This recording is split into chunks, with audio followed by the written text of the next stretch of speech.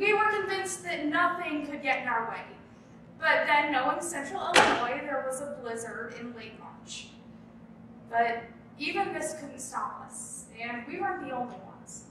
According to Jen Kirby of Vox, on March 24th, 2018, there were over 800 student protests against gun violence across the U.S.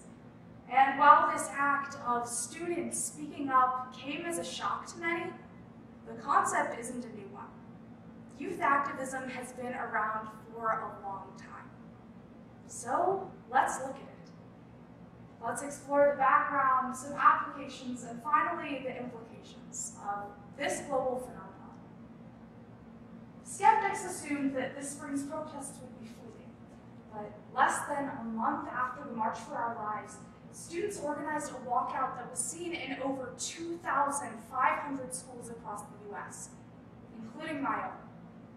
But this concept of youth-driven change isn't new. A 2015 Business Insider article gives us some insight into this, telling us that on July 4th, 1776, our founding fathers were relatively young. For example, Andrew Jackson was 9, James Armistead was 15, and Marquis de Lafayette, as well as James Monroe, were as young as 18. But this didn't stop with the founding fathers. An NPR article from February 28, 2018 shares some other examples, such as the Newsboys strike in 1899, the Little Rock Nine in 1957, and the East Los Angeles walkouts in 1968, which advocated for the teaching of Mexican-American history in schools. Throughout our country's history and throughout the world, youth have frequently been at the forefront of this fight for social justice and change. And we are still going. An example of this can be seen following the tragic Parkland shootings, as students from Marjorie Stoneman Douglas High School decided to speak up and to use their platform to make a difference as far as gun reform was concerned. And they were successful. Their voices prompted all the marches on March 24th and continue to inspire people today. However, in many parts of the world, students are harmed or even killed for participating in any type of protest. Reuters from May 28, 2018 reports, in Nicaragua, 77 people were killed and 800 wounded following student-led protests over changes made to their social security system. But even with this risk, their protests allowed their president to agree to repeal these changes.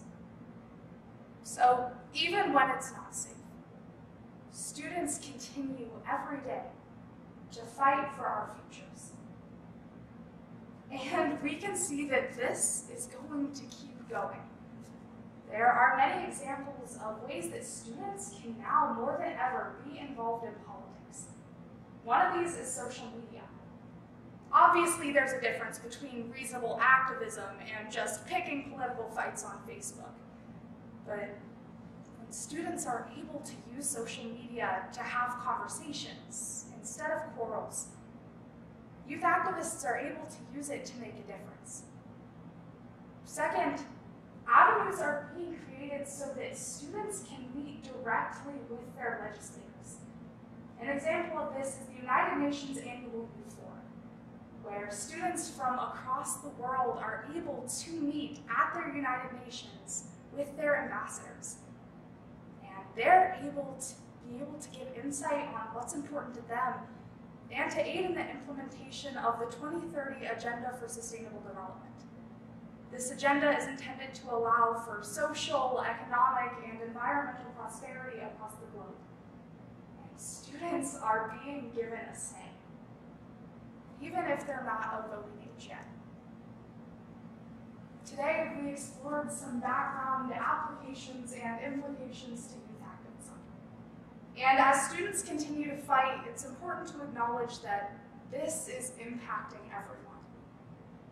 So, students, I encourage you to find what you are passionate about, to go out and fight for it. And adults, I encourage you to maybe have a conversation that you wouldn't have normally.